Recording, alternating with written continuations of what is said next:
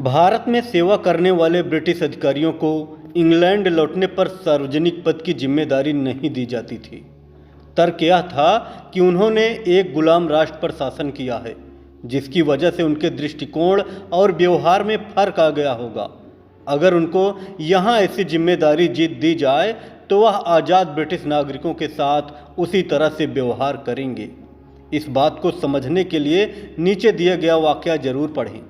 एक ब्रिटिश महिला जिसका पति ब्रिटिश शासन के दौरान पाकिस्तान और भारत के एक सिविल सेवा अधिकारी था। महिला ने अपने जीवन के कई साल भारत के विभिन्न हिस्सों में बिताए।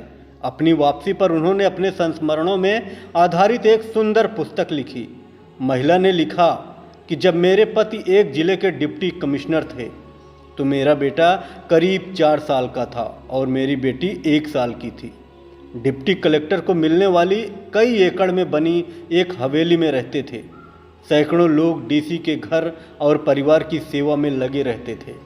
हर दिन पार्टियां होती थी। जिले के बड़े जमींदार हमें अपने शिकार कार्यक्रमों में आमंत्रित करने में गर्व महसूस करते थे और हम जिसके पास जाते वह इसे सम्मान मानता था। हमारी शान और शौकत ऐसी थी कि ब्रिटिश में महारानी और शाही परिवार भी मुश्किल से मिलती होगी।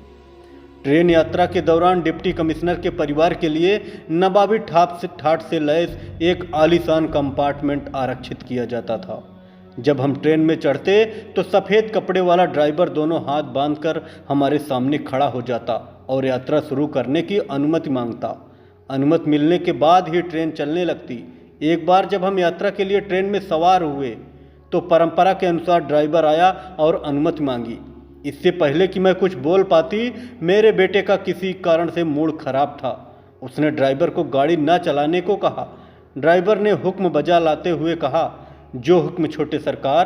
कुछ देर बाद स्टेशन मास्टर समेत पूरा स्टाफ इकट्ठा हो गया और मेरे 4 साल के बेटे से भीख मांगने लगा, लेकिन उसने ट्रेन को चलाने से मना कर दिया।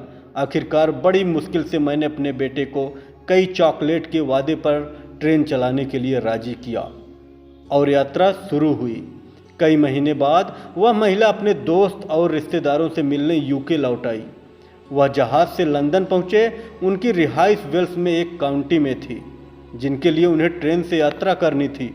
वह महिला स्टेशन पर एक बेंच पर अपनी बेटी और बेटे को बैठाकर टिकट लेने चली गई। लंबी कतार के कारण वह बहुत देर हो चुकी थी, जिससे उस महिला का बेटा बहुत परेशान हो गया था। जब वह ट्रेन में चढ़े तो आलीशान कंपाउंड की जगह फर्स्ट क्लास की सीट देखकर उस बच्चे को फिर गुस्सा आ गया। ट्रेन ने समय पर यात्रा शुरू की तो बच्चा लगातार चीखने चिल्लाने लगा। वह जोर जोर से कह रहा था, यह कैसा उल्लू का पट्टा ड्राइवर है, उसने हमारी अनुमति के बिना ट्रेन चलाना शुरू कर दी है। मैं पापा को बोलकर इसे कई जूते लगवा दूंगा। महिला को बच्चे को यह देख समझना मुश्किल हो रहा था कि यह उसके पिता का जिला नहीं है, यह एक स्वतंत्र देश है। यहाँ डिप्टी कमिश्नर जैसा तीसरे दर्जे का सरकारी अफसर तो क्या, प्रधानमंत्री और राजा को भी यह अख्तियार नहीं है कि वह लोगों को अपने अहंकार को संतुष्ट करने के लिए अपमानित कर सके। आज भले ही हमने अंग्रेज़ों को खदेड़ दिया है, लेकिन हमने गुलामी को अभी तक देश बदर नहीं किया। आज भी कई अधिकारी, एसपी, मंत्री, सलाहकार और राजनेता अपने अहंकार को संतुष्ट करने के लिए आम लोगों को घंटों सड़कों पर परेशान करते हैं।